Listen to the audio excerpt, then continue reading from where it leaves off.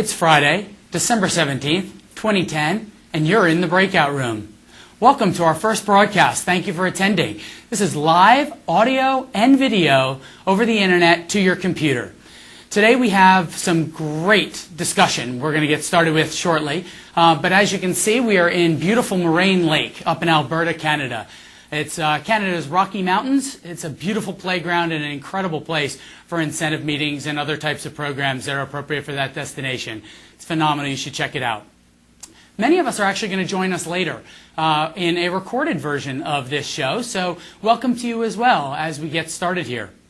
Let me do some housekeeping so that everybody kind of understands how the tool we're using works. If you actually look straight above me, there's a little bubble icon. If you click it right now just to practice, that is actually a chat tool. It's going to allow you, right over here, you're going to see a chat box pop up where you can actually ask questions, provide comments that we can actually address during the show. And we've got Andre here with us, who will be the only one seeing your comments today that come through. So feel free to send them in. They're private. If you'd like to put your name there, obviously we'd be happy to read it if you'd like. But just say so, and Andre will take care of that. Over here down in the bottom, you're actually hit the X, by the way, right next to the chat tool. That will close the chat tool for right now. And don't forget, right above us, click it again when you're ready to send in a comment. A couple of the other things that you're going to want to be familiar with are right below us. There is a full screen icon, and you can actually see it on the slide to my left as well. If you actually click on that, I will be scary enough to be in front of you full screen. And then if you just hit the escape button, it will take you back to the mode that you started in, where you can actually see the slides and the video. We encourage you to stay in this mode during the show. There's also, on the comment screen, by the way, that's a great place to share the oohs and ahs during the show, too, when you're applauding the great comments brought to you by our speakers. So, what is the Planet Education Series, and why are you in the Breakout Room? Well, we've been to an enormous number of sessions over the years, and we found that there are many topics that just aren't appropriate for a live meeting where everybody's in person. I think sometimes it can be intimidating. Sometimes you can feel embarrassed asking a question in front of a lot of different people. So we came up with this format to combine the live audio and video so that you can see us personally, but also so that you can experience and ask questions, anonymously if you want, so we can really get the elephant in the room and we can start talking about it. Today's topic, ethics. Principled approach to ethics, the Wind and Dine series, is certainly going to give you an opportunity to kind of address a lot of those issues that we have questions to in our industry. In addition to that, we also want your feedback. We would love comments, we'd love ideas, additional questions for our future broadcasts. All you have to do is go to the LinkedIn group called The Breakout Room and feel free to add some questions and comments there. Now, we're considering a number of different topics for our future broadcasts, everything from audio-visual to how payments are made, more of the controversial kind of elephant in the room type discussions, again, that are very appropriate to this particular format. Now, meeting professionals wear an enormous number of hats, right? We're accountants, we're lawyers, we're marketing people, we're salespeople, sometimes all at one time, and even sometimes the janitor on site. And I think leadership in our organizations are expecting more of us. We can't just plan logistics and know how to do logistics in a hotel anymore. We need to know about these different formats. And fortunately, I have gotten crazy with these words. There's webinar, webisode, live meeting, in-person meeting. I can't even keep it straight. So sessions like this, and fortunately brought to you by the Canadian Tourism Commission, they are being a trailblazer in allowing us to introduce this format to you so that you can consider it to complement your live meetings at hotels, to increase attendance, to get your message out, and to get people excited about learning again. So let's take a quick moment and see an experience in Canada.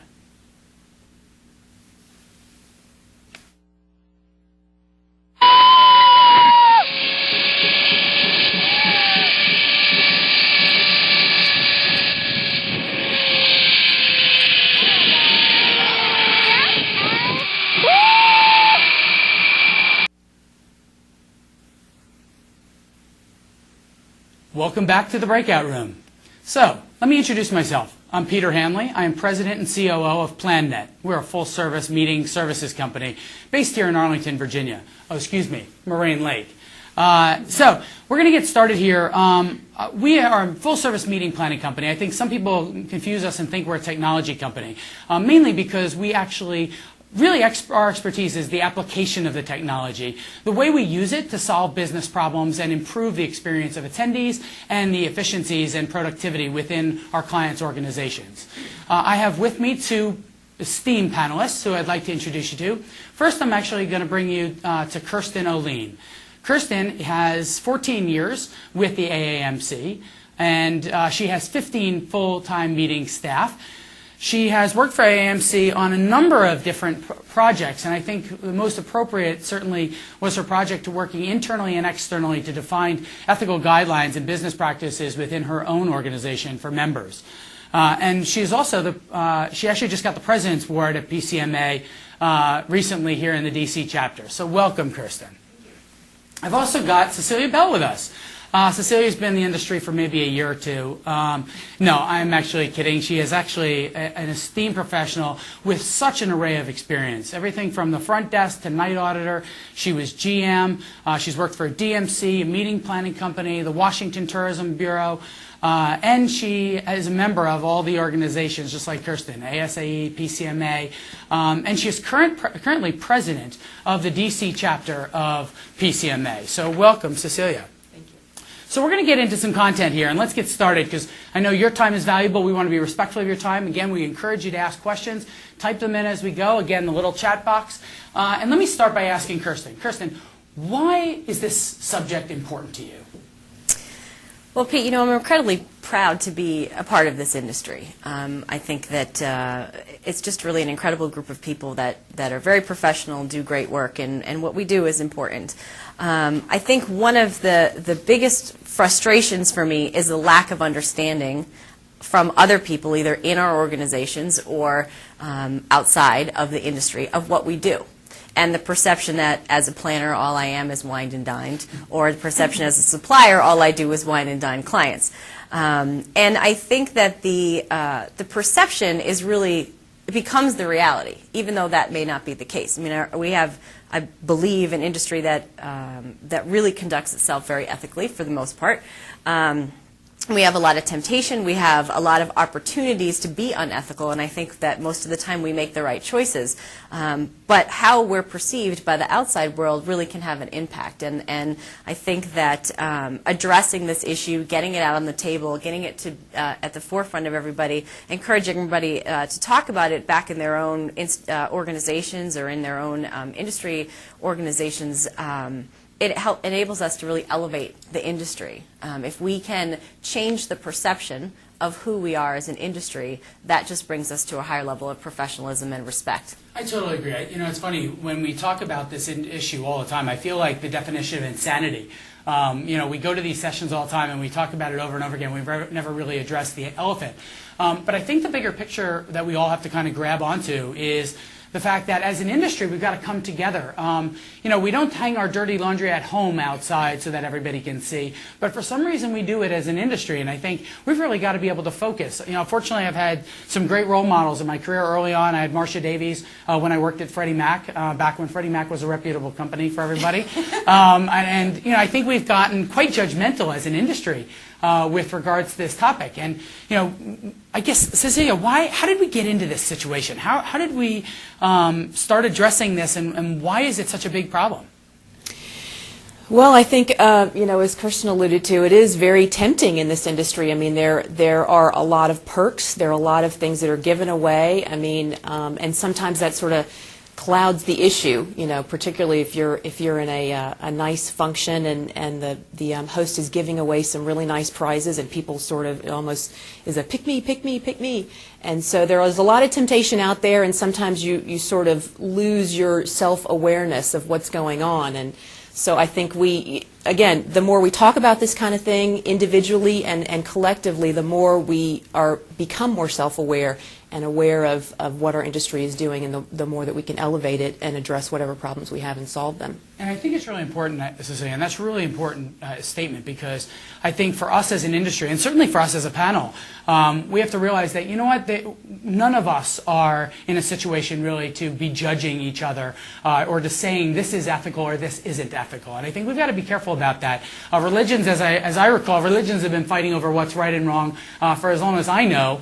And I don't think we're going to solve it overnight, but I think to build that consciousness as an industry is going to make it really important. When I was growing up and even into my early 20s, my friends used to refer to things as whether or not it was RH positive or RH negative.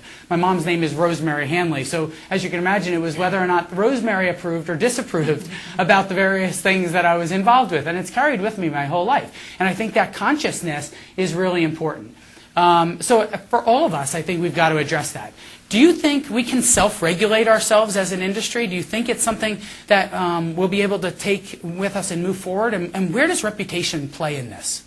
I think reputation is really important. I mean, ultimately, a good reputation, or some might say, a personal brand, a good reputation basically opens doors of opportunities for you, and a bad reputation gets them slammed in your face. Right. So, ultimately, it's about creating an environment where we can all relate to each other and do business together in a comfortable and efficient manner. And if you're in a business relationship with someone and you trust them and you like them and you create that relationship and it's a safe relationship, then you've already removed that barrier, and you can move forward in creating a good business relationship and do work together. So what's appropriate? What's an appropriate gift for somebody to accept? Or what trip is acceptable or event is acceptable to take?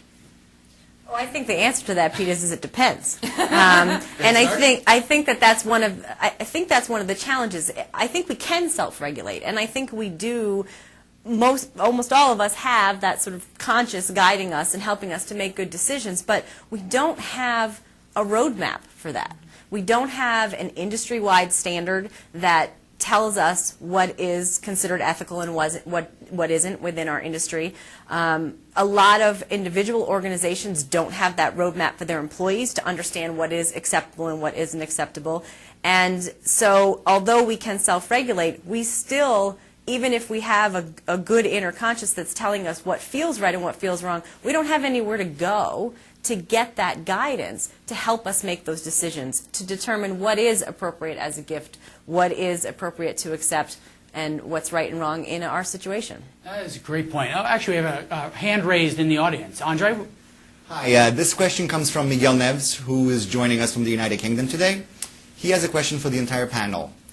As a young meeting professional, I feel there's a generational gap where the more experienced planners are used to the luxury treatment, whilst younger professionals do not seek this treatment. Does the panel agree?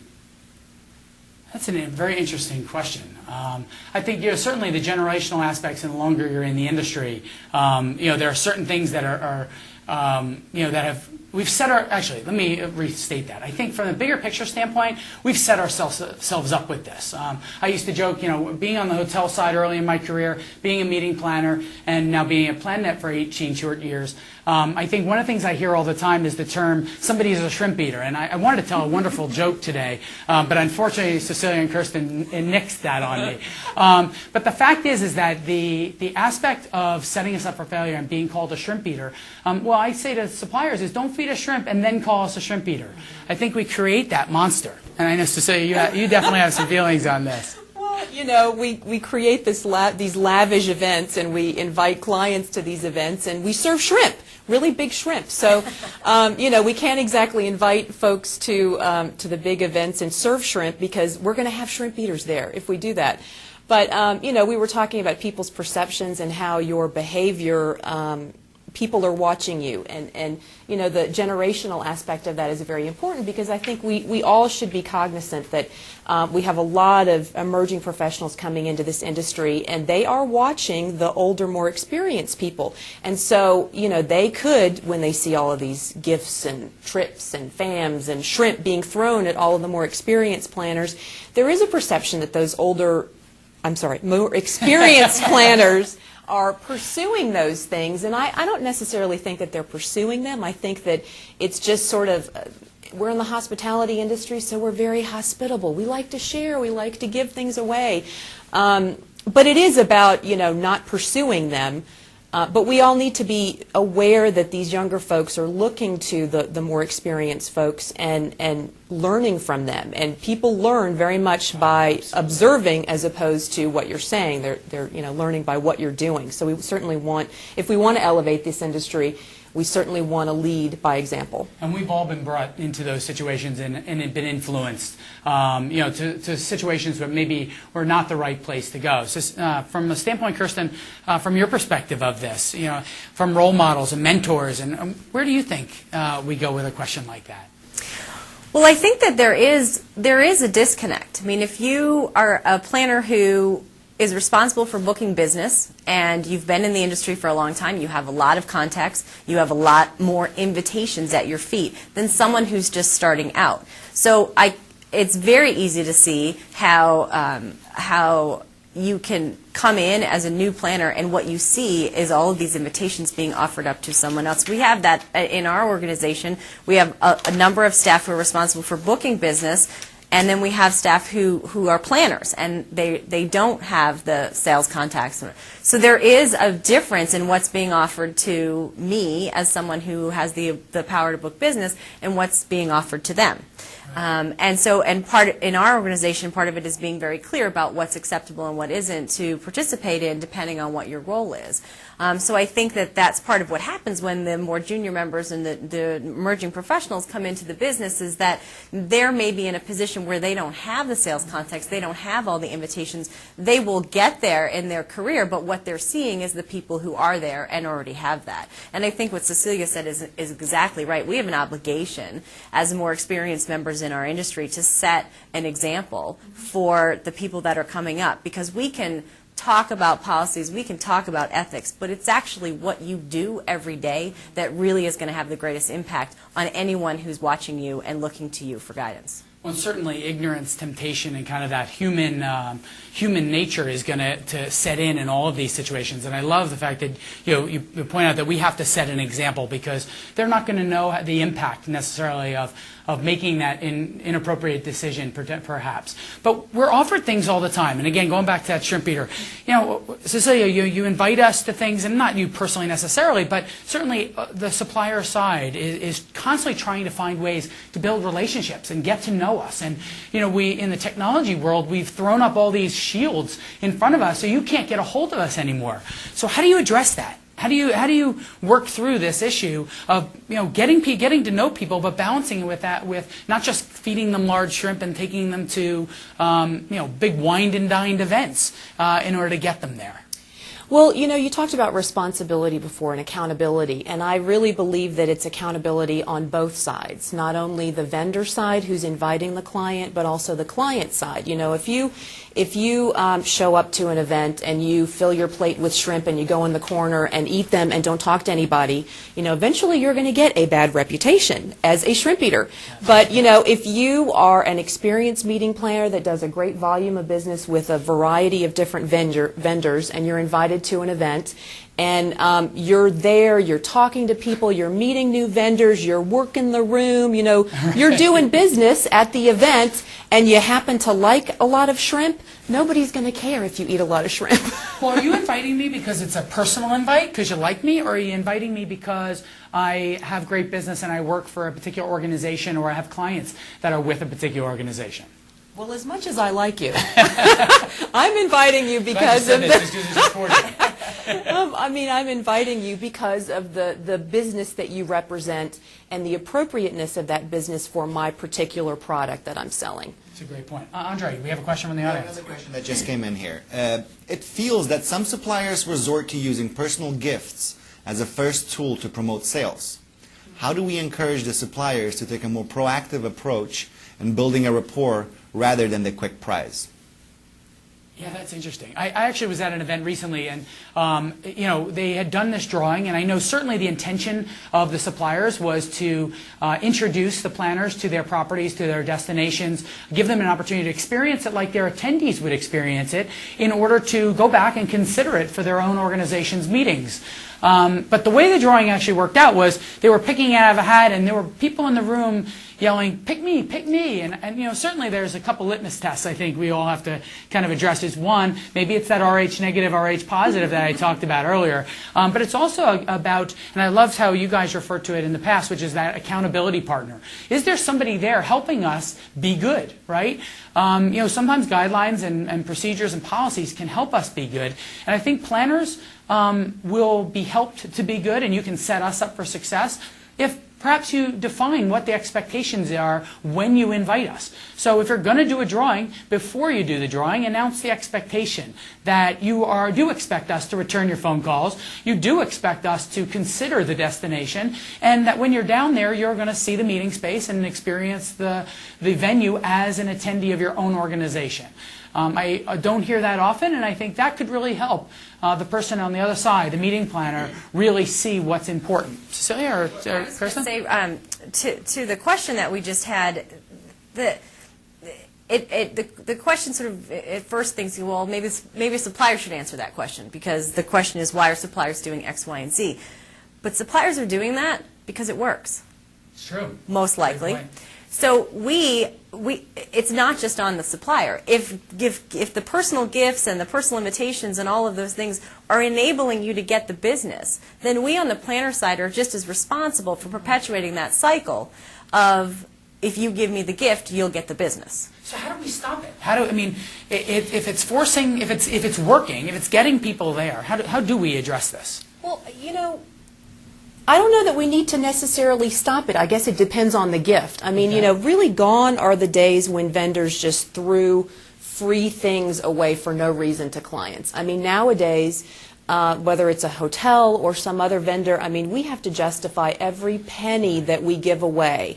And whether it's a gift or a FAM or an event, I mean, there has to be a good business reason for that. We can't afford to just give money away.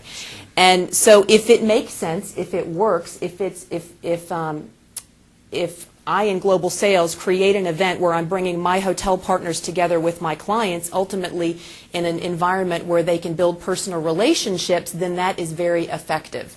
Well, it is a big picture item. I mean, it is, there are still properties and locations that are throwing still lavish gifts. It's definitely dropped away and reduced. And I think we've got to, as suppliers, obviously, if we're going to still do that, we've got to make sure the accountability is there and make sure the person receiving it understands the expectation and that you're giving that on behalf of your organization to them on behalf of their organization. It's not a personal gift. And I think if we start clarifying that in some of the environments, we can probably help fix that. And as planners, I think we need to be accountable too. I know, Kirsten, you can speak to this from a policy standpoint. I know there was a recent study done by PCMA, and it was a huge percentage of organizations and people do not have policies. They may have organizational policies in place, but they don't address meetings, gifts, and all the unique things that happen in our industry, which, we're in an industry that our families don't, our parents don't even know what we do. We just look like we go to great destinations all the time, incredible, and I think it is, unfortunately, 70 degrees everywhere we go, even up in Moraine Lake in Canada, all the time, because all we are is in the convention center or in the meeting room the whole time. So, Kirsten, I know you have, been putting policies together for your own organization. We've talked about some policies, and where do I get started? How do I address this from a policy standpoint? Well, we do have a vendor relationship policy for the meetings unit in my organization. We actually have, the organization itself is in the process of developing a vendor relationship policy, because there are certainly other areas of the organization that are interacting with vendors, and we're not the only ones. But we put our own policy in place because we had a lot of questions. I have a large staff, and there are a lot of invitations coming in the door, and they wanted guidance on what they could and could not accept. And so we put it in writing. The other reason for doing it is that we wanted to be 100% sure that there was never any question about why we were making the business decisions that we did.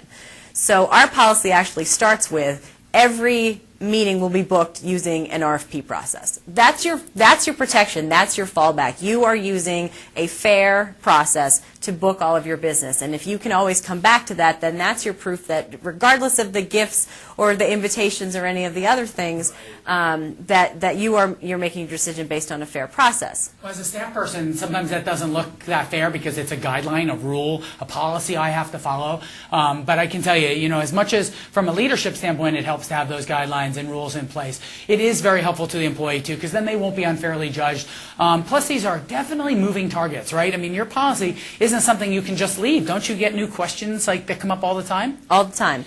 And that's really the value of having the policy, is that, and I don't know the policy by heart. I know most of the details, but when either I have a question about what I should be doing in a particular situation, or if one of my staff comes to me with a question, that's my go-to place I look at the policy first and say, is this situation covered by this policy? And 9 times out of 10 it is. And if questions are continuing to come up that aren't addressed by that policy, then that means we need to go back and revise and revisit that policy. That policy has also been shared with our leadership, and that's important too, because if I look at the policy and I'm not 100% clear on something, I have a go-to person that I can go to and say, this is a situation we're in, this is what it feels like to me, it's not really passing my sniff test, but I don't really have a backup for it, what do you think about this? And to be able to to have that resource of somebody to go to, and they're aware of the policy, they know what the policy is, and help to interpret it. That helps a lot too, because although we all make ethical decisions every day, we do have these dilemmas,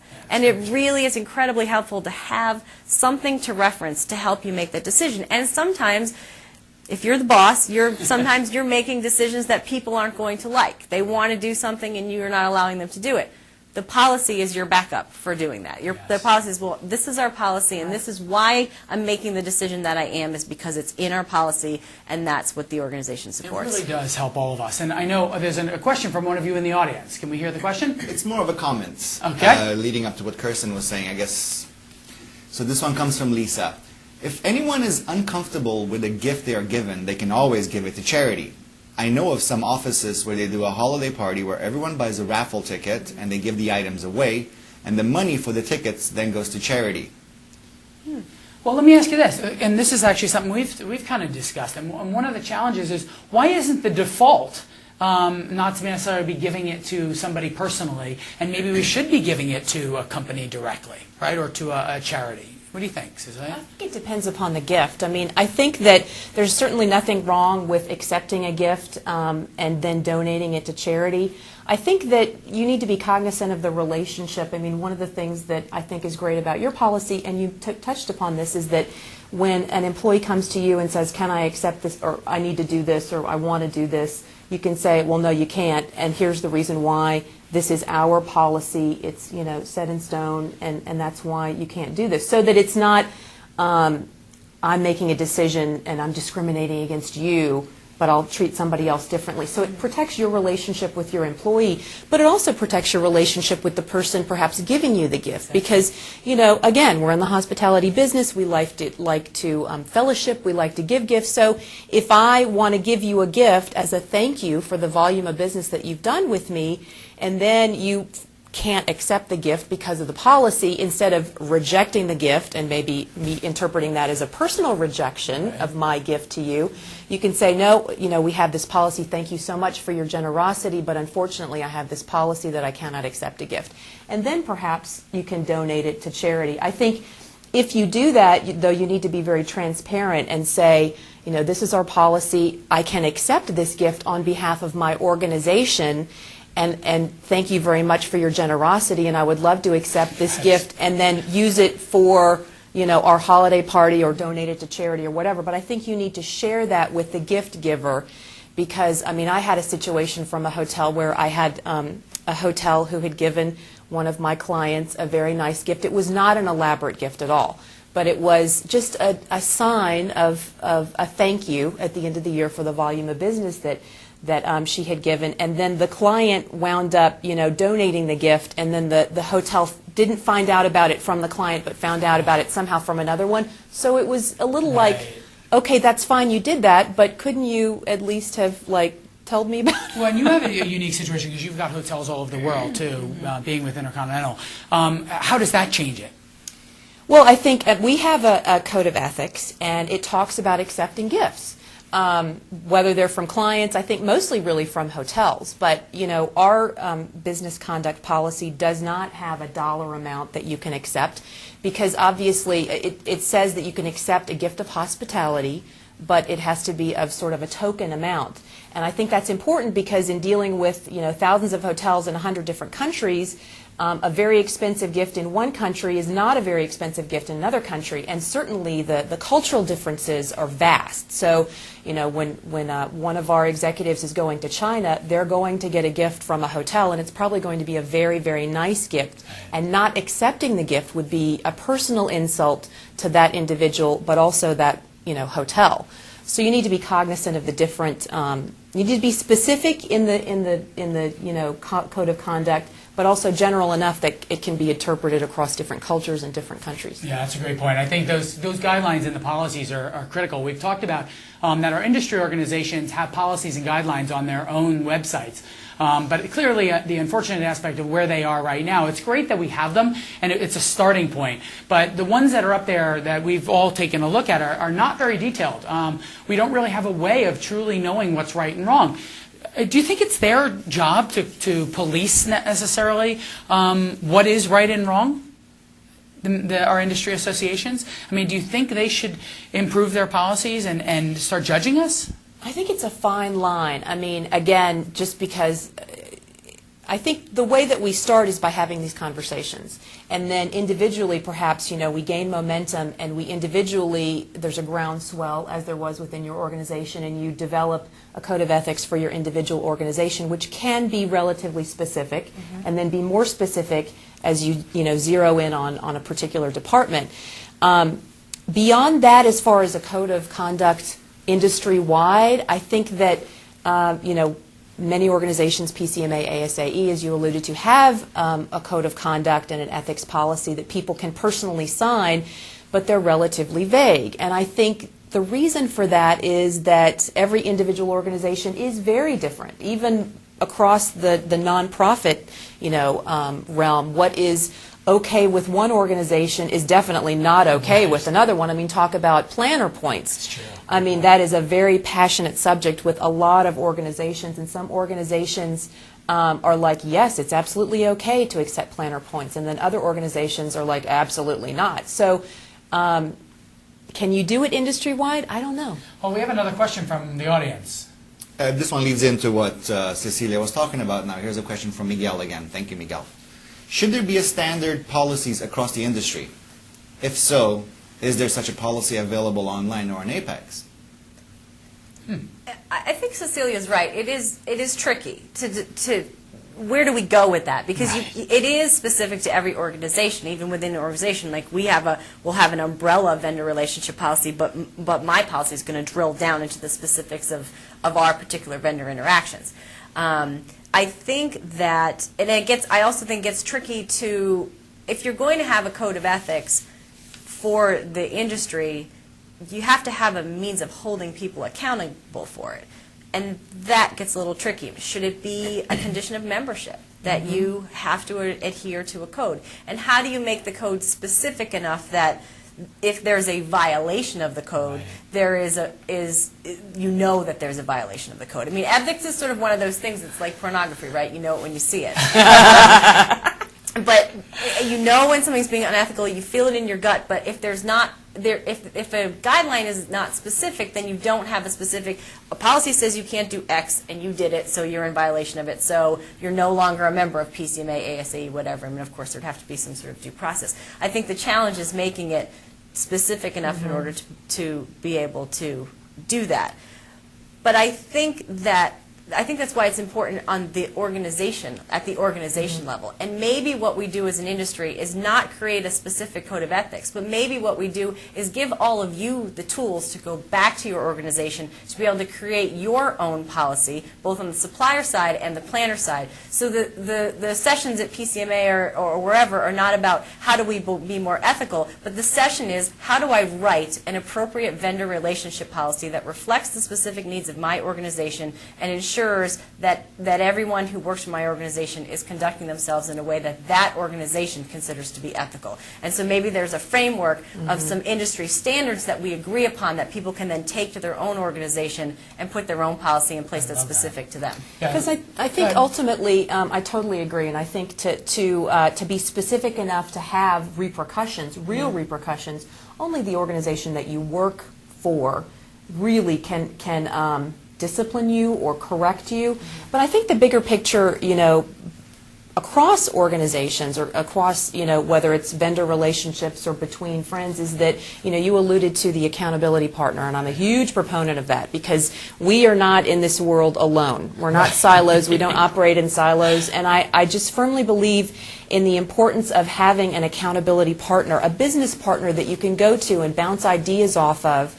And we all have them, whether it's a mentor or a colleague.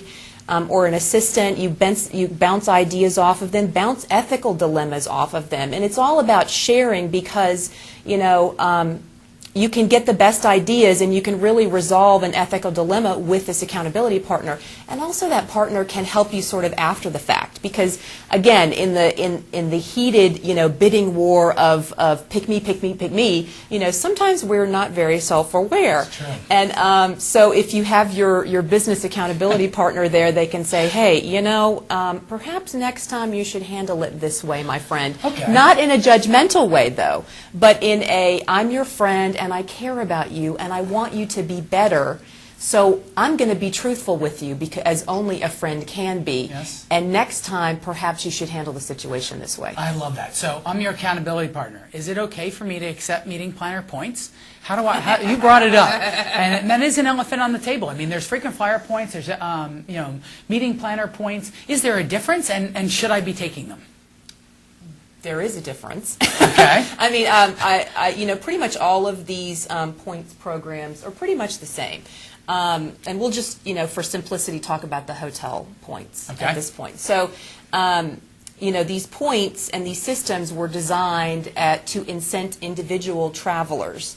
And all of the hotel programs did that. I mean, basically, many, many years ago when we created these programs, it was, Corporation A has a discounted corporate rate at Hotel A and a discounted corporate rate at Hotel B. And the corporation doesn't care whether you, the individual traveler, selects Hotel A or selects Hotel B because they have a discounted relationship with both. So that's why the hotel programs really emerged, because we wanted to be able to influence individual buying patterns by awarding points. And so that's how it happened. Now, when we decided to give points for booking programs, meetings, basically what we did was we put this new concept on top of an existing system, which is grounded in the individual membership elements. So that's where the problem is. So didn't you feed us shrimp again? Are you setting us up for failure in that sense? I mean, should I really be accepting meeting planner points if I book your hotel, or should that be influencing my decision on picking a particular property or destination? I don't think it should, but it certainly does. I mean, I think that there are a lot of folks in the industry who, take really, really great vacations and don't pay a dime because they've earned all of these meeting planner points. One of the things that I think has been a challenge is the hotels have been very slow to come around with programs that benefit the organization.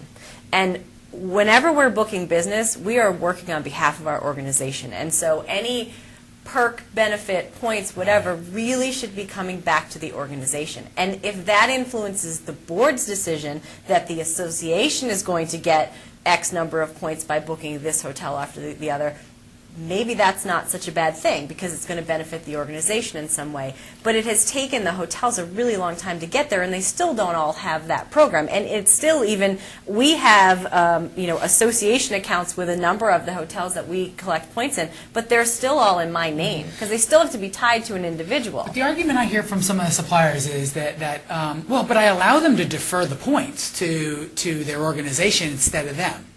How do you feel about that? I mean, well, to me, unfortunately, it is kind of an individual decision, and even within the organizations, because I actually do have some clients that I think accept the meeting planner points on their personal account. Wow. I think. Okay. And then I have other organizations that definitely pool them. I mean, I think to me the RH factor, the litmus test is really whether that person is receiving a block of points, and is it going to their personal account that they will personally reap the benefits of, or is it going to a group, an association account? And there is a way, although, and you alluded to it, Kirsten, although unfortunately the systems are in place, and I just don't see them changing, because these huge systems, all the hotels have these huge, robust systems with the mechanisms in place, and their individual memberships. But there is a way that you can say this number is going to be the number that we're going to pool all of the meeting planner points for all the meetings that we book. And the thing about it is that it is a great incentive, and if the organization is benefiting, then it's Absolutely. it's a concession. Yeah. It's just like any other concession that can save the organization a great deal of money. But if the individual is benefiting, then ding, ding, ding, that would be a red flag. Yeah, I think it gets a little trickier. We have our company holiday party tonight, and I used the association Starwood points to get gift cards to give away as door prizes and things like that at the party tonight, so that everyone in the association is going to benefit from it. And I'll tell you how we handle it, and I think part of our structure makes it easier to do that. The people who are booking business and for us are not always the same people who are planning the meetings. So what we had sort of a first organization, then you, is our hierarchy. So if there is a way that the points can benefit the organization, if there is an organization-wide account, then the points go to the organization.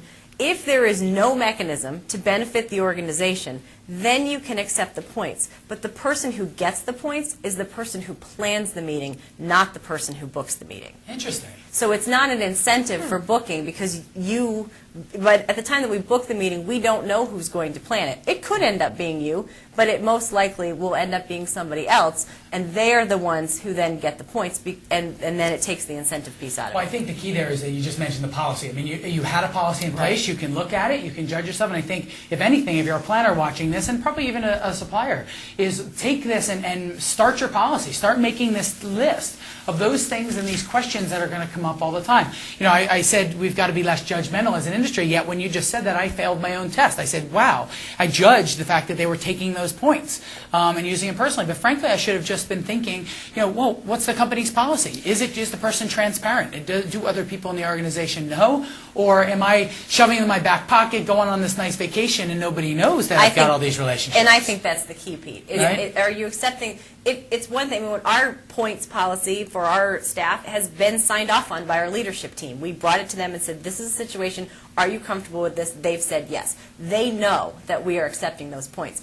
And I think that that's where it gets questionable. I think there are people who are accepting those points, and their organizations aren't aware of what they're doing. I mean, how many times is the meeting planning unit in an organization so far removed from the leadership, they don't have any idea what's going on. There's a lot of room there to sort of make your own decisions and do your own things without being accountable to sort of a higher power within your organization. And I think the key is the transparency about it. If your leadership has said that it's okay, that's their choice for their that's their choice for their organization, and it's what they're comfortable with. That's one thing. But if you're just doing it and nobody knows you're doing it, that's an entirely different situation. Very good point. Yeah, Well, and there are some organizations that actually don't care if the individual Right. meeting planners gets the points, and Well, should I be taking, I know fam trips are kind of going away as a term because it's a four-letter word in many cases, as far as how we use them, how they've been used, and there's been a lot of abuses on both sides, right? The accountability factor comes together on both. But we're still taking people to destinations. We're still inviting them there.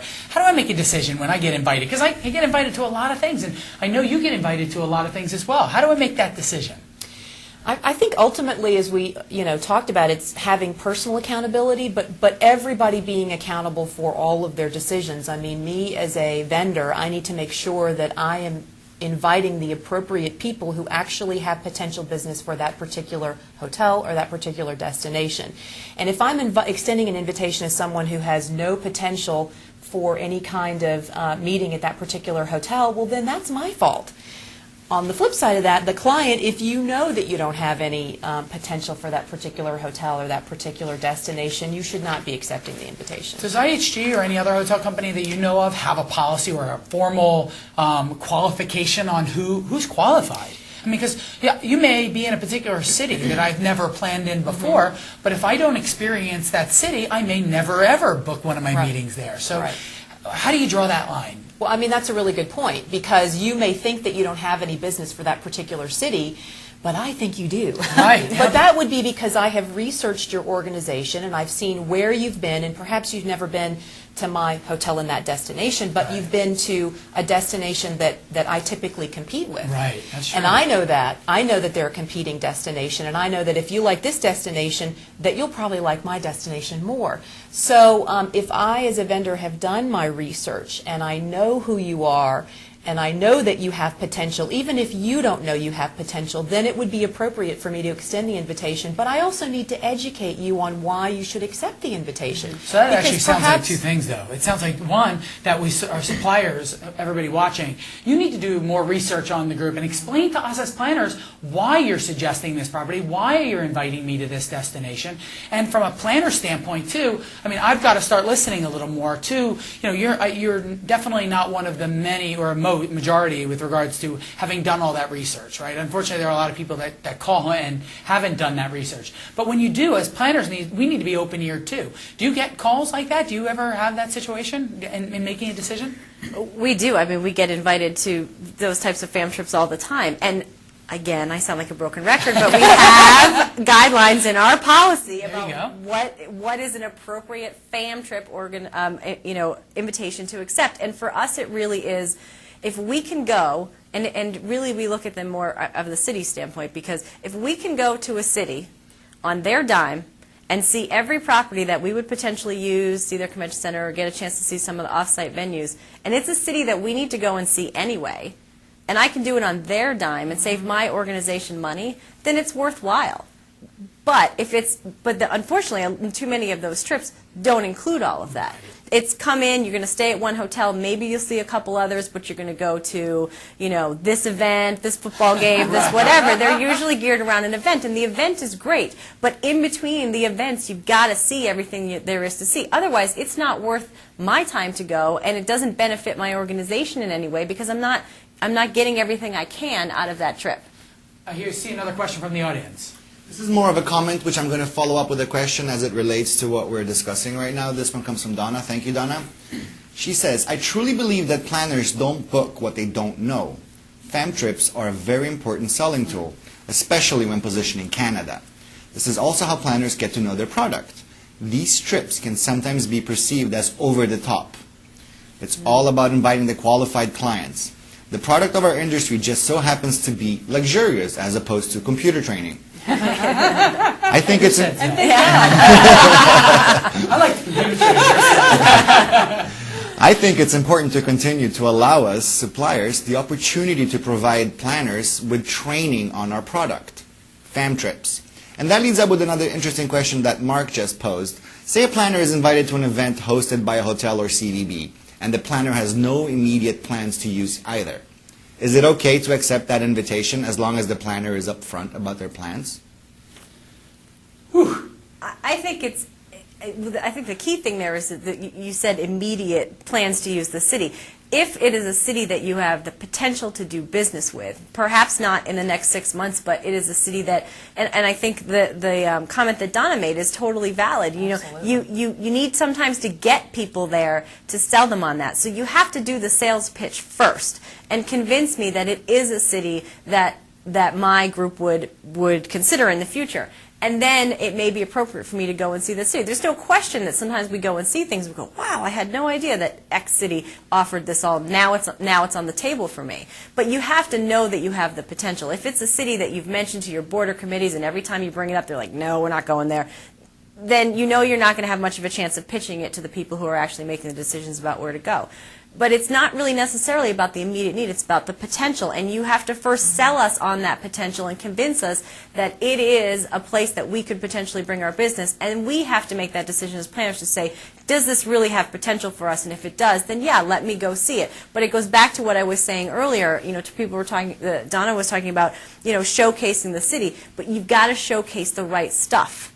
It's not just about the fun and the games. If I'm going to come to your city, you need to show me all of the practical things that I need to know about your city. So build your trips around that. Build your trip around, I'm going to show you 10 hotels in 3 days, and yeah, you're going to be exhausted, you're going to have a little fun in between, but you're going to go back to your organization armed with the knowledge that you need about that city. It's not enough to know that the city is a great destination. You have to know what the product is there. Otherwise, you're going to have to go back. I'm going to have to go back on my own as a planner and pay for that out of my own pocket to see all of those things that you didn't show me when I was there. It Did you have has another to be comment? a good... I was just going to say, it has to. That's so important, and what Donna brought up is so important. I mean, educating the planner if they don't know that the destination is a good fit for them.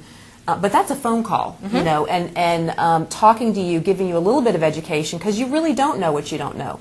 So talking to you and giving you a little bit of education about the destination so you can make a very, candid decision. And then you do go and experience the destination, because you really learn so much more by experiencing it rather than looking at it in a computer. But I think we as vendors have a great responsibility to be respectful of people's time and to really make it worth their while. And even though we are in the hospitality business and we love entertaining, it's not all about just entertaining. Right. There's a good balance between showing somebody a good time and being respectful of their time. And perhaps, there are a lot of venues that are now, even with fans, incorporating an educational component in that. And I don't mean necessarily an education about the destination, but perhaps something to educate the planner about the industry, something so they walk away with information not only about the destination, not only about the venues within the destination, but perhaps they learn something else while they were there. It just makes it very, very valuable. That's a great point, actually. I mean, from a perception standpoint, all of this comes down to perception. I think the IT folks have a huge advantage on us in the sense that it doesn't seem glamorous to go to that IT training as compared to going to Moraine Lake, perhaps, up in Alberta. But from the standpoint of setting us up for success, we plan meetings, we go on site, and the hotel will upgrade us to the biggest room, the most beautiful room. And I think it's understanding the other side of that coin too, and making sure that you're not just viewing it from your side, you're looking at it from the planner side. I know we can easily get set up for failure if at our conference we were put in the suite and somebody within that organization, especially if it's leadership or a customer, sees you in a nicer room than somebody else. I mean, that is so not right from a big picture standpoint, and unfortunately makes us look bad and adds to that negative perception of that you just went on this beautiful trip. If I just went on a fam trip, please do not send me the mountains to my office so that everybody knows I just spent in the office. I actually came up there. I just spent how many hours running around? 12, 14, 16, 18 hours running around to 42 hotels, meeting with 18 DMCs, checking out the AV. Where's my registration desk going to be? How's the room going to look? Are the pillows the right type of pillows for my CEO? Do they have the right beverages in the refrigerator in the room, et cetera, et cetera, et cetera? So I worked my tail off when I was up there, but yet all they know is I was at this beautiful destination. So I think it is an accountability partner, suppliers being held a little more accountable to help us, and planners helping them be accountable as well on the other side. So setting us up for success is key. There was a question, actually, I think we had a question from the audience. Cecilia sort of touched upon this and almost answered this, but I will pose the question. And we got two similar questions, one from Heather and one from Ava. So, our goal is to continuing to educate our clients on the value of Canada and the CTC's value. We feel we achieve this goal with the lure of an unusual experience that frames the value of the destination. Do you all feel that an educational component or professional development supports the value of fam trips? I personally do. Yeah, I do as well. I mean, we at IHG, not even with fans, but with individual local client events, we many years ago started incorporating an educational component into all of our dinners, lunches, receptions, or whatever, because we just, particularly if it's a luncheon, they're in this area, the DC metro area, there are so many planners and they get invited to so many things on a weekly basis, and they really have to pick and choose and balance, their time out of the office with the value that they're going to get when they're out of the office. So again, with respect for their time, but also showing them that we are their partner. We're not only their partner in business to put them together with the appropriate hotels and the appropriate destinations so that they can have successful meetings, but we also want to partner with them on their educational development. So we do educational training at all of our events, and you'll see that with a lot of vendors nowadays for the same reason. Well, as we start to wrap up here, we're kind of getting down to the end, and again, we want to be respectful of time. Keep typing in questions as we go. But are there any other areas that you feel that are questionable, that elephant on the table with regards to invites? I mean, we've talked about points, we've talked about invitations, FAMs, sponsored events. I mean, I think one of the unsaid things a lot of times that come up is how much you're spending as a supplier on us. Mm-hmm. How do you feel when I don't show up? Really bad.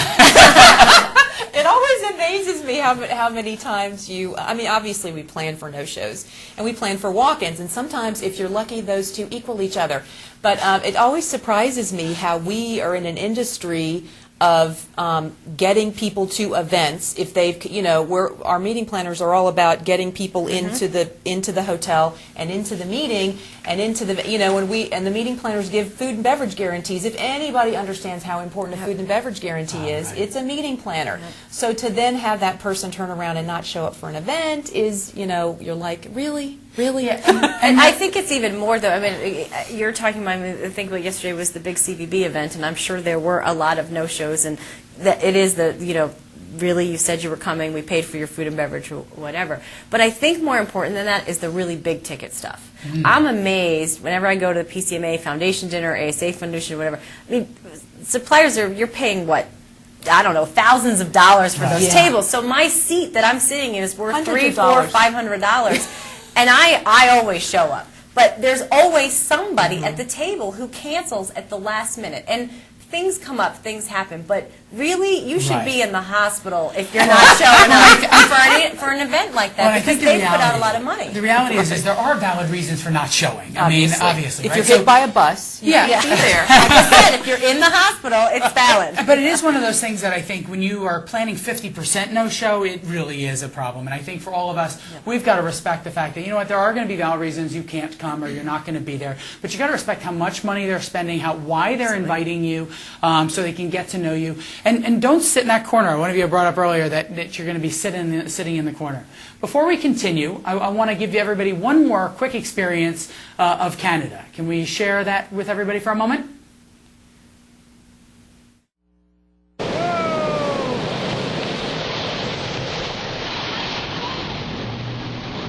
that amazing? Did you ever see that happen before? Oh, I've never seen a close racer in my life. Oh, I got this on video.